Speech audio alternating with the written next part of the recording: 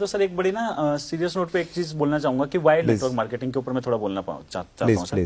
कई बार लोग पूछते हैं कि ठीक है, जैसे मैं भी बात करता हूँ अभी हमारे चैनल को भी, ठीक है सर हम एजुकेट हो गए, डायरेक्ट सेलिंग क्या होती है हमें समझ में आ गया, डायरेक्ट सेलिंग बदनाम क्यों हुई हमें ये भी समझ में आ गया, क्योंकि उस पर भी हमारी वीडियो है कि बदनाम के पीछे प्रैक्टिकल रीजन क्या है, कहते हैं बट हम क्यों करें।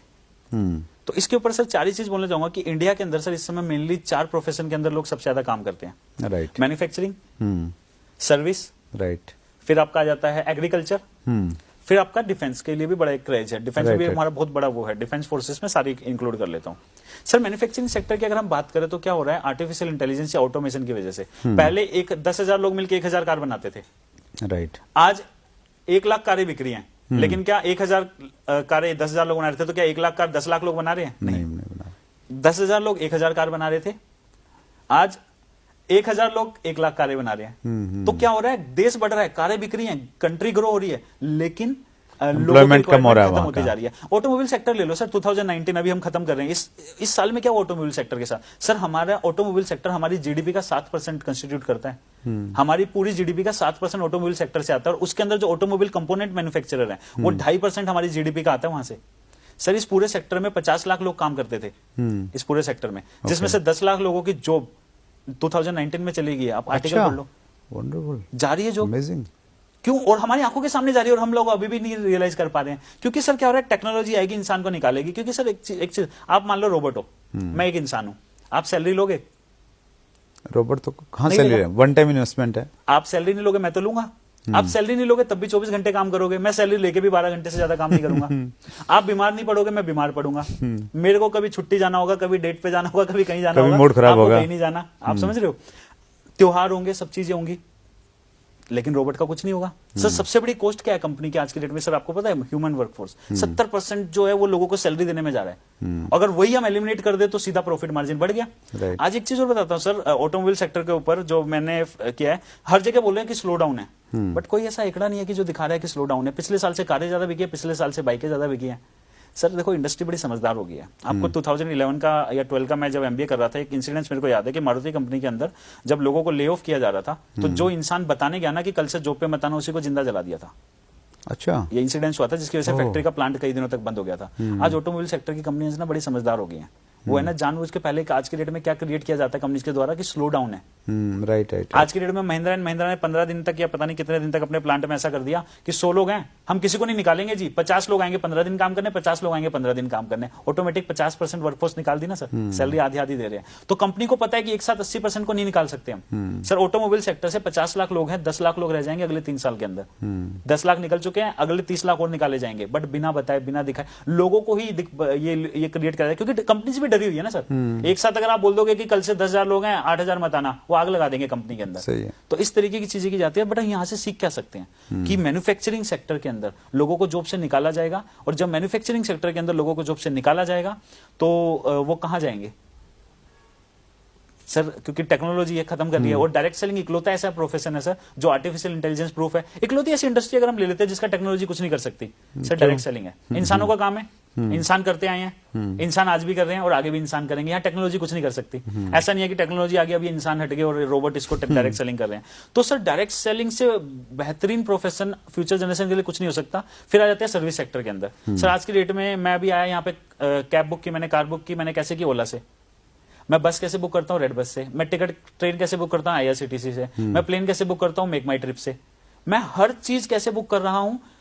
ऐप के थ्रू। ह्यूमन की रिक्वायरमेंट ही नहीं। और हम पता क्या बोल रहे हैं गवर्नमेंट को कि लोगों के लिए जॉब नहीं क्रिएट कर रही गवर्नमेंट। कहां से कर देगी गवर्नमेंट? ने थोड़ा ना लोगों की जॉब खाई है, हमने खाई है।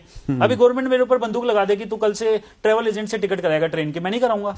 मैं पागल हूं वहां पे जाके 2 घंटे खड़ा हूंगा? नहीं होऊंगा ना सर। तो लोगों की जॉब गवर्नमेंट ने थोड़ा खत्म की है, लोगों की जॉब हमने खत्म की है, क्योंकि हमें टेक्नोलॉजी ने वो एक वो दे दिया, एक तरीके से हमारे को सपोर्ट कर दिया, हमारे आलसीपने को सपोर्ट कर दिया। और दूसरी चीज हमारे लिए बड़ा वो हो गया ना सर, टाइम कंज्यूमिंग भी नहीं रहा। तो आपको पता है सर, सर्विस सेक्टर में जो करोड़ों लोग काम करते हैं आज क्या कर रहे हैं? वो जो लोग पहले एसटीडी पीसीओ चलाते थे, वो बेचारे बाद में एसटीडी पीसीओ बंद हुए करोड़ों, तो वो लाखों कुछ जॉब बची, वो मोबाइल रिचार्ज करने लगे। फिर पेटीएम आ गया, उनकी भी जॉब खा गया। तो खत्म कर रहे हैं सर हर सेक्टर को, सर्विस सेक्टर के अंदर खत्म हो रही है। हम ये माने कि जो आर्टिफिशियल इंटेलिजेंसी है, उसकी वजह से जहां पे लोग फ्री हो रहे हैं वो डायरेक्ट सेलिंग में आके अच्छा भविष्य बना सकते हैं? सर मजबूरी है उनकी, और कोई प्रोफेशन नहीं है सर, दो ही प्रोफेशन है, वो दो प्रोफेशन चूज कर सकते हैं। जैसे मैन्युफैक्चरिंग में जॉब नहीं बचेंगे आने वाले टाइम में, सर्विस सेक्टर में बचेंगी बट 90% खत्म हो जाएंगी। सेम मैन्युफैक्चरिंग में होगा, सेम सर्विस सेक्टर में हो चुका है, हो रहा है। फिर इसका चलो मैं आपको ना दो सेक्टर और एक बार डिस्कस कर लेता हूँ, फिर आपको आंसर मिलेगा। एग्रीकल्चर सेक्टर की सर मैं एक बात करता हूँ। एग्रीकल्चर सेक्टर में ना बड़ी फनी सिचुएशन हुई है। 150 साल पहले चले जाएं, आज से 150 साल पहले। सर 150 साल पहले जैसे कि ये टेबल है पूरा का पूरा, इतनी ही जमीन अमेरिका में भी होती थी एक इंसान के पास, और इतनी ही जमीन यूएसए में भी होती, मतलब इंडिया में भी होती थी। राइट। $1 1 रुपए के बराबर था, याद होगा हमको। राइट। इतनी ही जमीन, इतने ही रिसोर्स इंडियन के पास भी है, इतने ही रिसोर्स एक अमेरिकन के पास भी है। अब हमारे यहाँ पे क्या हो रहा है, लेकिन खेती कैसे होती है? हाथों से। अब हाथों से खेती हो रही है, बैल से खेती हो रही है, तो क्या कर रहे हैं हमारे पड़पड़ दादा जो थे, वो पूरे साल लगे हुए बेचारे इतनी जमीन पे खेती कर पा रहे हैं, और इतनी सारी जमीन उनकी खराब हो जा रही है। और आपने देखा होगा सर 30-40 साल पहले एक दारू की बोतल देके खेत नाम कर देते थे लोग। हाँ, कोई कीमत नहीं थी सर। नहीं थी, सही कह रहे हैं आप। जमीन की कोई कीमत नहीं थी। अब पड़पड़ ज्यादा जो हमारे थे उनको टेंशन कि भाई पूरे साल लगा रहता हूँ, इतनी जमीन पे खेती कर पाता हूँ, बाकी सारी की सारी जमीन तो मेरे यूज में आई नहीं रही। सेम चीज अमेरिका में भी थी, वहां के भी पड़ जो दादा थे वो भी टेंशन में कि यार पूरी नहीं आ रही। बट हमारे दादा ने इसका क्या सोल्यूशन निकाला, नहीं हो पा रहा ना, जितने हाथ उतना बढ़िया, इंटू 10 इंटू 6। उन्होंने 10 बच्चे किए, उन्होंने 6 बच्चे करे। ये अब कितने हो गए, 100 बच्चे हो गए। अब ये पूरी जमीन पे बिखरे हुए हैं, पॉपुलेशन पूरी जमीन पे बिखरी हुई है। अब पूरी की पूरी एरिया को ना लोग कवर कर सकते हैं, इतनी पॉपुलेशन होगी हमारी। बट अमेरिका वाले जो पड़ दादा थे उन्होंने बोला ये तो बड़ी टेंशन वाली चीज है, बच्चे इतने करने, उनको संभालना, ये ज्यादा टेंशन है। उन्होंने क्या किया, ट्रैक्टर बना दिया। अब ट्रैक्टर की जब उन्होंने इन्वेंशन की, आपको पता बाहर तो जल्दी आ गया था, बाहर तो 100 साल पहले आ गया था, इंडिया में आया ना अभी 30-35 साल पहले। अब बाहर जब 100 साल पहले, अब देखो उसका फायदा क्या हुआ, उन्होंने टेक्नोलॉजी में दिमाग लगाया, तो रिसोर्स जितने थे नेक्स्ट जनरेशन को उतने ही पास हो गए, हर किसी के पास एक्सेस में रहा। हम क्या बोलते हैं कनाडा में, यूएस में ना लोगों के पास ज्यादा रिसोर्स है, नहीं, हमारे पास भी उतने थे, हमने ही उसको एक्सप्लॉइट किया, क्योंकि हमने रिसोर्स के पीछे, टेक्नोलॉजी के पीछे ना भाग के हमने पॉपुलेशन के पीछे भागे, जितने हाथ, दिमाग नहीं लगाया हम लोगों ने। अब इसका डिसएडवांटेज क्या होता है ना सर टेक्नोलॉजी के साथ, कि एक जगह पे डेवलप होती है, दूसरी जगह पहुंची जाती है। वहां 100 साल पहले आई थी, हमारे यहाँ 30-35 साल पहले आ गई। अब इसका देखो सर, वहां 100 साल पहले आई, हमारे यहाँ 30-35 साल पहले आ गई, लेकिन आ तो गई, आते ही क्या हुआ, 90% लोगों की जरूरत खत्म हो गई, क्योंकि अब वापस क्या हो गया कि वो 1 से 100 हो गए थे, अब वापस 1 की जरूरत है, या मैक्सिमम 10 की जरूरत है, ट्रैक्टर आते ही। अब 90% लोग 90% टाइम फ्री बैठे हैं। अगर मैं अपने गाँव की बात करूँ सर, भिवानी के पास, भिवानी खेड़ा के पास मेरा गाँव है, नाम नहीं बताऊंगा लोग बोलेंगे हमें फ्री बोल रहा है। 90% लोग 90% टाइम फ्री बैठे हैं, कोई काम नहीं है उनके पास, ना कोई जनरेट हो सकता, बट उनको खाना भी खाना है, उनको सब कुछ सारे रिसोर्स चाहिए गवर्नमेंट से। तो सर इन लोगों के लिए कोई जॉब क्रिएट नहीं हो सकती, क्योंकि टेक्नोलॉजी आज गवर्नमेंट के सामने प्रॉब्लम क्या है कि जो ऑलरेडी जॉब कर रहे हैं उनकी बचा ले हम जॉब। आप देख रहे हो बीएसएनएल में क्या हो रहा है, एमटीएनएल में क्या हो रहा है, लोगों की जॉब से निकाला, जिनकी लगी हुई है उनको तो हम बचा नहीं पा रहे, नए लोगों के लिए कहां से जॉब क्रिएट करेंगे। आप मोदी जी सपोर्टर तो नहीं है, मोदी जी को डिफेंस कर रहे हैं आपकी? नहीं सर, डिफेंस की बात नहीं है सर। मोदी जी ने जॉब नहीं खाई है, टेक्नोलॉजी ने खाई है सर। एक्चुअली रियलिटी तो यही है कि टेक्नोलॉजी ने खाई है, बट इसका मतलब ये नहीं है कि मैं किसी भी पॉलिटिकल पार्टी को सपोर्ट कर रहा हूं, बट प्रैक्टिकली अगर हम आंखें खोल के देखें तो हम देख सकते हैं कि हमारे साथ हुआ क्या है। हम एक ओवर पॉपुलेटेड कंट्री है सर। सर एक डाटा है कि आज हमारे देश की 90% पॉपुलेशन मर जाए ना, तो हमारी जो जीडीपी की ग्रोथ है वो 2 टाइम बढ़ जाएगी। बट 90% किसको मार दें, किसको मार दें, नहीं मार सकते ना, ये चीज प्रैक्टिकली पॉसिबल नहीं है। तो 90% लोगों के लिए तो कोई काम ही नहीं है, ना होना है, और धीरे धीरे गवर्नमेंट के ऊपर प्रेशर बढ़ता जा रहा है सर। 3% से कम लोग हैं जो आईटीआर भर रहे हैं, तो कितने लोगों का प्रेशर गवर्नमेंट के ऊपर आ रहा है। तो मैन्युफैक्चरिंग में जॉब खत्म हो रही है, सर्विस में जॉब खत्म हो रही है, एग्रीकल्चर में जरूरत नहीं रही है अब 90% लोगों की।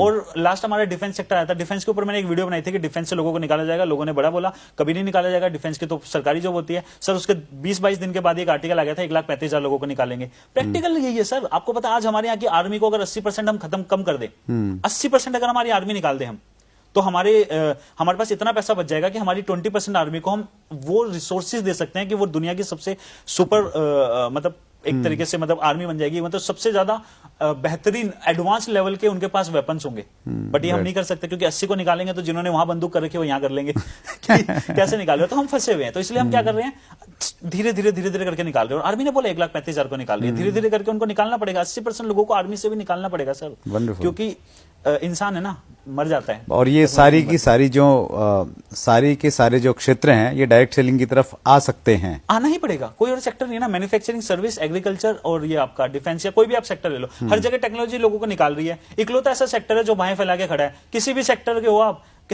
ना आपकी पढ़ाई लिखाई से मतलब, अनपढ़ भी आ सकता है, पढ़ा लिखा भी आ सकता है, लेडीज भी आ सकते हैं, जेंट्स भी आ सकते हैं, बच्चे भी आ सकते हैं, बुजुर्ग भी आ सकते हैं। हर सेक्टर को ये बाहें फैला के खड़ा है कि आ जाओ मेरे पास आ जाओ। मतलब डायरेक्ट सेलर्स आज का इंटरव्यू देख के बड़े एक्साइटेड हो जाएं कि हमारे पास में बहुत सारा स्कोप है, बहुत सारे लोग आने वाले हैं। सर बहुत ही ज्यादा स्कोप है। डायरेक्ट सेलिंग ही मैं हमेशा से बोलता हूं कि वो बच्चा है जो आने वाले टाइम में इस पूरे के पूरे देश का भार संभालेगा, और इसके अलावा कुछ भी नहीं है। और इसलिए मेरा कंसर्न भी हो जाता है, क्यों मैं सोच चैनल पे हम ट्राई करते हैं, हमारा पूरा का पूरा रहता है मेन चीज कि एजुकेट करें, और क्यों हमें मतलब कंपनीज को भी एक्सपोज करना पड़ता है, क्योंकि सर हमारा यूथ जा रहा है, सर हमारा देश नेशन हमारा बिल्ड हो रहा है डायरेक्ट सेलिंग के थ्रू। हम इस 90% जो नेशन बिल्डिंग के लिए जो यूथ जा रहा है, इसको हम गलत डायरेक्शन में कैसे जाने दें सर? कैसे हम अपनी आंखें बंद कर ले, कैसे हम ना बोले? तो बहुत ज्यादा रिस्पॉन्सिबिलिटी की काम है कि डायरेक्ट सेलिंग में हर डायरेक्ट सेलर को कहना चाहूंगा कि ये इंडस्ट्री जो उन्होंने चूज की है वो ऐसे टाइम पे चूज की है कि उनका जो फ्यूचर है वो 100% प्रोटेक्टेड है, 100% सेफ है।